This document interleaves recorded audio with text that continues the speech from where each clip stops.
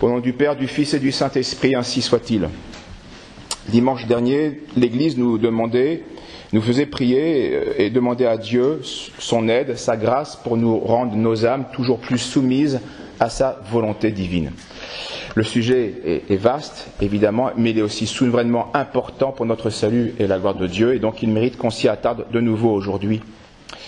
Le Christ enseigne cette vérité fondamentale à de nombreuses reprises, et il insiste sur ce sujet comme aujourd'hui.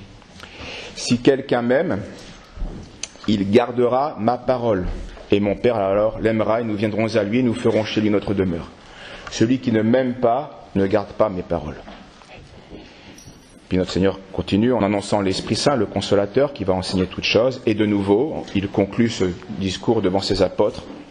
Mais afin que le monde sache que j'aime mon Père, que Christ aime, donc il obéit, afin que le monde sache que j'aime mon Père et que j'agis selon le commandement qu'il m'a donné, que le Père m'a donné, levez-vous, partons d'ici. Et tout est dit dans cette dernière phrase. Pour être uni à Dieu, il faut faire comme le Christ, il faut faire donc la volonté du Père. C'est ça. Ça peut aller d'abord il faut la faire bien, cette volonté, donc par amour, et ça peut aller jusqu'au sacrifice complet de soi. C'est ce que le Christ indique à la fin de son discours. Afin que le monde sache que j'aime mon Père et que j'agis selon le commandement que le Père m'a donné, levez-vous, partons d'ici. Ils se lèvent pourquoi ? Ils partent pour où ? Notre Seigneur se lève et il part pour commencer sa passion, l'agonie, puis se laisser prendre, etc. C'est ça que ça veut dire. Il le fait par amour du Père pour obéir à son commandement. Partons, allons-y. Et je vais montrer au monde, moi, comment il faut aimer le Père. Donc avant de garder la parole de Dieu, il faut aussi la connaître, évidemment.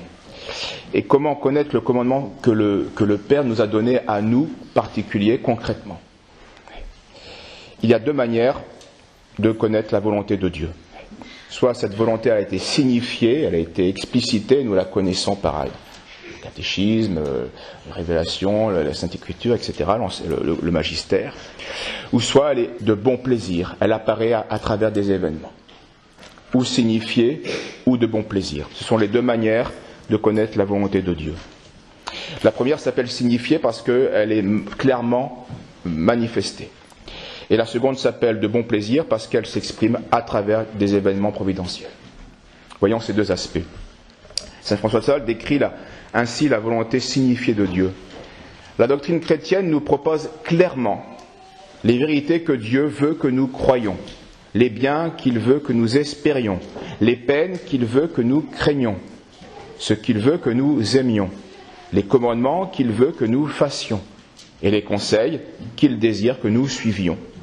Et tout cela est volonté signifiée de Dieu, parce qu'il nous a signifié et manifesté qu'il veut tous que cela soit entendu, cru, espéré, craint, aimé et pratiqué.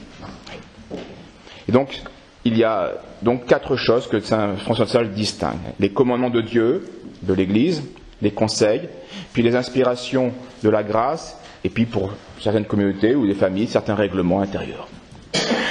Et plus nous allons nous soumettre à ces lois, qu'elles soient naturelles ou des lois positives, qu'elles soient ecclésiastiques ou simplement civiles, mais justes évidemment, et bien plus on fera ces commandements-là, plus on s'y soumettra, et bien avec amour, et bien plus nous nous rapprocherons en fait de Dieu. Puisque toutes ces lois ne sont que, normalement, pour qu'elles méritent le nom de loi, ce sont des expressions de la sagesse de Dieu et qui concernent le bien commun, l'ordre commun. Donc elles sont bonnes. Et ce qu'on fait de bon nous rapproche de Dieu. Une loi humaine qui ne serait pas l'expression de la volonté de Dieu, non seulement n'est pas une loi bonne, mais elle ne mérite même pas le nom de loi. Elle n'est pas une loi ni aux yeux de Dieu, ni aux yeux de la conscience chrétienne. Prenons l'imposture récente de l'injection covidesque, où au mépris des lois naturelles, on nous obligeait à... Non, il n'y a pas de loi qui peut nous obliger à. Ce n'est plus une loi, c'est une violence. C'est un abus de la force, parce qu'il n'y a plus là de... elle n'est plus fondée sur la volonté de Dieu, mais sur la sagesse, sur la bonté qui doit en ressortir. Alors, c'est facile à comprendre qu'une loi n'est plus une loi, mais c'est moins facile de subir la violence que nous impose l'autorité défaillante. Quant aux conseils, eh bien, ils ne sont pas nécessaires au salut, les conseils que Dieu peut nous donner, mais ils ne sont pas des commandements explicites, mais il sera nécessaire parfois de faire quelques œuvres, ce qu'on appelle de surérogation. Donc des œuvres qui ne sont pas obligatoires, mais il y a des circonstances où il va falloir les faire. Parce qu'elles vont être plus qu'utiles, elles vont les rendre comme nécessaires, bien qu'elles ne soient pas en soi obligatoires. Et tout cela dépendra de l'état de chacun d'entre nous et des circonstances particulières. Une femme mariée qui a des devoirs donc particuliers envers son mari et ses enfants n'est pas une femme célibataire. Et donc les deux ne peuvent pas s'équiparer constamment. Ces situations ne sont pas équivalentes. Quand je suis malade, je n'ai plus les mêmes devoirs que quand je suis en pleine santé. Je suis en pleine santé, je dois aller à la messe. Et je vais faire en sorte d'y aller. Mais là, j'ai 42 fièvres. Là, je ne suis plus dans cette obligation. Non seulement je ne dois plus y aller, je ne suis plus obligé d'y aller, mais je ne dois pas y aller. Ce serait contraire à la raison. Ce serait déraisonnable. Donc, ce ne serait pas vertueux. Je dois me reposer. Je dois offrir mes souffrances et ainsi participer à la messe. Quoique absent, mais peut-être d'une manière plus profonde, plus méritoire. Un prêtre, de par son ministère, ne peut pas vivre les mêmes commandements qu'un chartreux. Ce n'est pas la même vocation. Et ainsi de suite. Donc, quelle que soit notre condition, il y a des moments dans notre vie, par contre, même si on n'est pas un chartreux, même si une femme célibataire n'est pas une femme mariée, etc., même si, bon, c'est vrai, mais il y a des moments, malgré tout, dans notre vie, si on désire vraiment la perfection, il faudra se résoudre à faire quelque chose qui n'est pas strictement commandé. Et donc à pratiquer les conseils du Christ, de pauvreté, d'obéissance, de chasteté. Il faudra à certains moments aller dans ce sens-là pour pouvoir en fait être plus disposé, plus fort, comme une barrière qui nous protège de l'obéissance au commandement de Dieu. Et pareil pour les inspirations qui sont compatibles avec nos devoirs. Dans ces conférences, Cassien, le propagateur du monachisme en Occident, à Marseille, au 5e siècle, donc dans ces conférences sur la discrétion c'était comme ça que les pères du désert appelaient la vertu de prudence, parce que discrétion veut dire discernement, peser les choses, écarter les mauvaises, garder les bonnes. Donc la vertu de discrétion, c'est le discernement et c'est ce qui nous rend prudents. Et à propos de cette vertu, donc Cassien montre que l'imagination ou le démon suggère parfois des pratiques qui sont moralement impossibles. On a comme des idées comme ça qui nous emportent et qui sont même parfois contraires à nos devoirs, mais on est attiré par cela. Et bien sûr, elles sont colorées d'inspiration divine. Ces suggestions produisent le trouble. Soit on y obéit à ce qui n'est pas réaliste, et alors on va perdre son temps et faire perdre le temps aux autres, et on se rend ridicule. Ou soit on y résiste, mais on croit à ce moment-là résister à un ordre de Dieu, alors on se décourage, on perd le fil, et on finit par tomber dans le relâchement, puisque on croyait que Dieu nous impose ceci, mais cela est impossible et irréaliste, et ainsi de suite, on se décourage. Donc on voit bien, il faut un certain contrôle, il faut une certaine règle pour discerner ce qui vraiment est une inspiration de Dieu et ce qui est en fait une tromperie, une illusion. Et la règle la plus fréquente, la première, est la suivante. S'il s'agit d'inspiration sur des choses qui sont ordinaires, qui ne vont pas troubler l'ordre habituel, et qui ne troublent pas l'âme, donc toujours pareil, là, ça met la paix dans mon âme, et ça ne met pas de désordre là où je vis, eh bien alors il n'y a pas d'approfondissement à faire, on peut les suivre, ces inspirations. J'ai une inspiration de me mettre à genoux à un moment, là, c'est le cas dans la maison, je peux me mettre à genoux et faire un acte d'adoration, de réparation pour les âmes du purgatoire. Voilà, une inspiration je le fais paisiblement et je ne mets pas de désordre, pas de souci. Donc, à ce moment-là, qu'on le fasse généreusement. Et quitte à en parler après, si ça revient à son mari ou à son confesseur, etc. Par contre, si au contraire ces choses sont extraordinaires, elles vont demander, elles ne sont pas habituelles dans les dévotions, elles ne sont pas habituelles pour mon état, d'une femme mariée ou d'un prêtre par rapport plutôt réservé aux chartres. Vous voyez, si ça dépasse l'ordinaire. Et bien à ce moment-là, il faut plutôt s'en abstenir avant d'en avoir référé soit à son mari, soit à son confesseur, etc. Cette demande de conseil évitera les pièges du démon et permettra un plus grand discernement, plus facile. Quant à la volonté de bon plaisir, cette conformité consiste donc à se soumettre aux événements providentiels qui sont soit voulus directement par Dieu, soit uniquement permis. Mais au résultat, la conséquence est la même pour nous. C'est une certitude de foi que rien n'arrive sans la volonté de Dieu ou sans sa permission. Dieu étant de plus infiniment sage et bon, il ne peut rien vouloir ou permettre qui, au final, ne serve sa gloire et le salut, le bien de ceux qui sont concernés par ces choses. C'est ce que disait Tobie au milieu de ses afflictions et face aux reproches de sa femme qui se moquait de sa piété alors qu'apparemment il était abandonné de Dieu. Et Tobie lui répond que Dieu est juste et que toutes ses voies sont miséricorde, vérité et jugement. Mystérieux bien souvent, mais c'est vrai. Et c'est ce que nous inculquait saint Paul d'une autre manière en disant que tout coopère au bien de ceux qui aiment Dieu. Mais pour comprendre cette doctrine, il faut se placer du point de vue de Dieu et de l'éternité. Pour accepter ces conclusions de saint Paul et de Tobie, il ne faut pas se mettre au niveau de la vie présente et du bonheur terrestre. Sinon, il est impossible de les comprendre, de les accepter même. Et donc de comprendre la sagesse de Dieu, qui veut parfois nous soumettre à l'épreuve ici-bas pour nous purifier, nous faire mériter le ciel. Parce que tout est subordonné à cette fin, notre gloire dans le ciel, d'où la gloire de Dieu. Les mots présents ne sont que des moyens de purifier notre âme, d'acquérir des mérites pour bien justement cette plus grande gloire de Dieu, qui est la fin dernière de la création. On a fêté quelque temps Jeanne d'Arc, regardez, on a cet exemple mystérieux mais qu'on comprend mieux chez les autres que chez nous.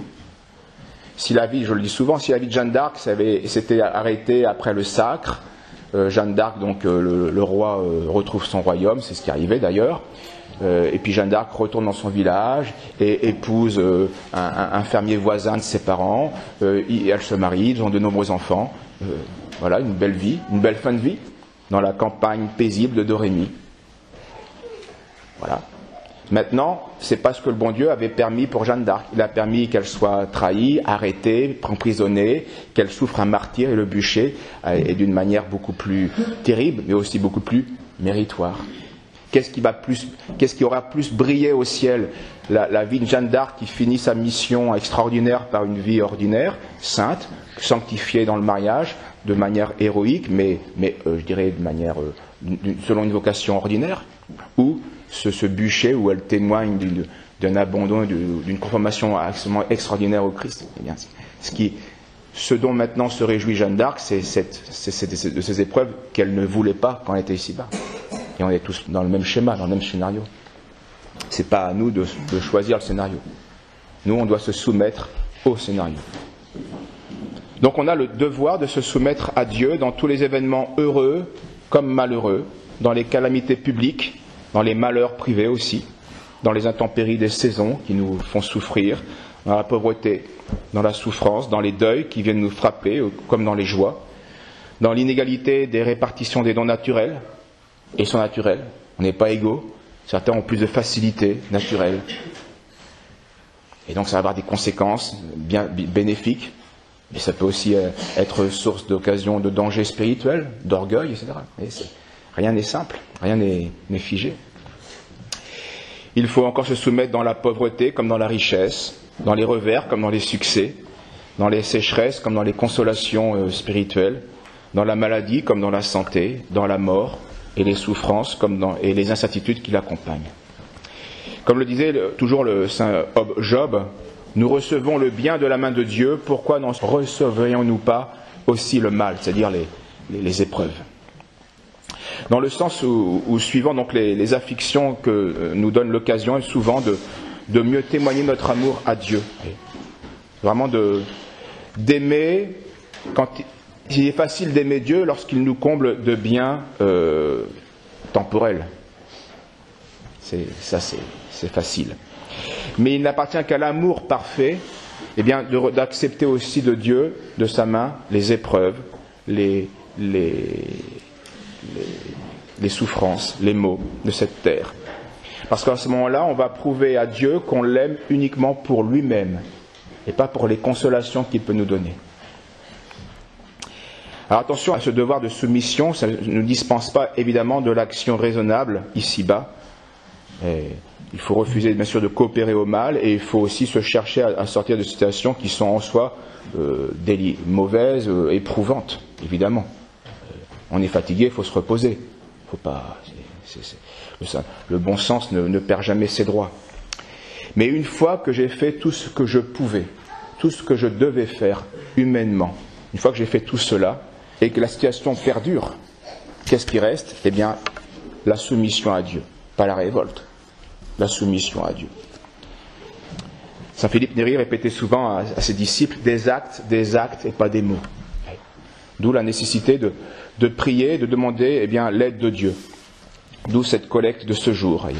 D'où aussi l'exhortation de Saint Pierre. Soyez prudents, vaquez à la prière, surtout avec un ardent amour pour les uns pour les autres. Ou que chacun mette au service les dons qu'il a reçus, etc. Afin que Dieu soit glorifié en toutes choses. Le bon plaisir de Dieu, donc, seule l'humble résignation nous permet non pas de ne plus souffrir, c'est pas cela, mais de trouver une certaine paix dans la souffrance. Il y a un adage qui fait écho à cette manière, à cette réalité, même si c'est un adage naturel, mais ça reste vrai. Contre mauvaise fortune, bon cœur. Je fais tout ce que je pouvais, et maintenant, c'est mauvaise fortune. Eh bien, faisons bon cœur. Et dire, soumettons-nous à Dieu. Ça n'enlèvera pas la souffrance, ça l'apaisera. Seule, bien sûr, la foi peut nous faire comprendre que derrière telle réalité mystérieuse et crucifiante, il y a une volonté béatifiante de Dieu. Et ainsi nous pousser à un amour plus parfait du don de nous-mêmes à Dieu, à l'imitation du Christ. Même les saints ont mis du temps à acquérir cela. Mais il faut ne pas le perdre de vue pour se le répéter, et puis pour s'y entraîner. Et là encore, il faut exercer le discernement, la discrétion. Il n'est pas sage, il n'est pas vertueux de penser constamment aux mots passés, présents et à venir. Surtout en un seul bloc. L'Évangile nous dit de faire le contraire. À chaque jour suffit sa peine. Donc, il ne faut pas ressasser les mots du passé. Il ne faut pas imaginer tout ce qui peut nous arriver de terrible dans l'avenir. Ça, c'est pas vertueux. C'est pas raisonnable. Surtout quant au mot de l'avenir, eh bien, c'est une pure folie de s'en préoccuper puisque ils sont purement hypothétiques et on peut être épargné de la plupart, comme accablé aussi d'une grande partie. Et ça, c'est abandon à Dieu. Il faut donc reconnaître en fait, devant les mots passé, présent et futur, il faut reconnaître notre état de créature et conclure que notre seule vraie bonne réaction est de nous soumettre à Dieu, de s'abandonner à la volonté du Père céleste.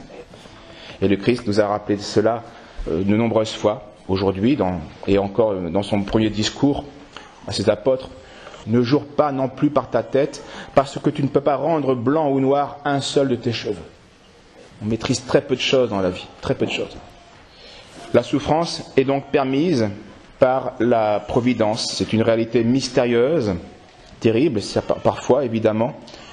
Elle est permise pour de nombreuses raisons. D'abord pour réparer nos péchés. Ensuite, elle nous rappelle notre condition d'exilé.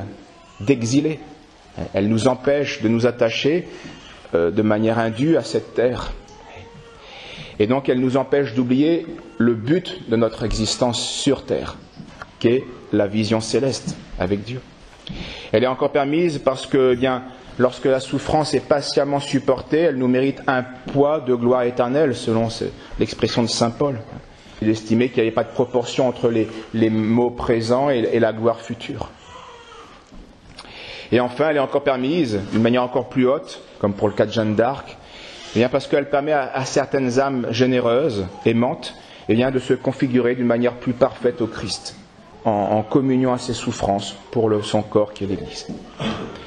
Alors ces pensées, je le répète, n'enlèvent pas la souffrance, mais elles en atténuent singulièrement l'amertume, et elles nous font aussi, en nous laissant toucher du doigt un peu cette fécondité future, et donc elles nous aident à nous conformer à la volonté de Dieu.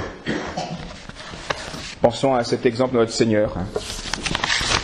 Il faut que le monde le sache, j'aime mon Père, j'obéis aux commandements que mon Père m'a donnés, alors partons et allons. Levons-nous et partons d'ici. Au nom du Père, du Fils et du Saint-Esprit, ainsi soit-il.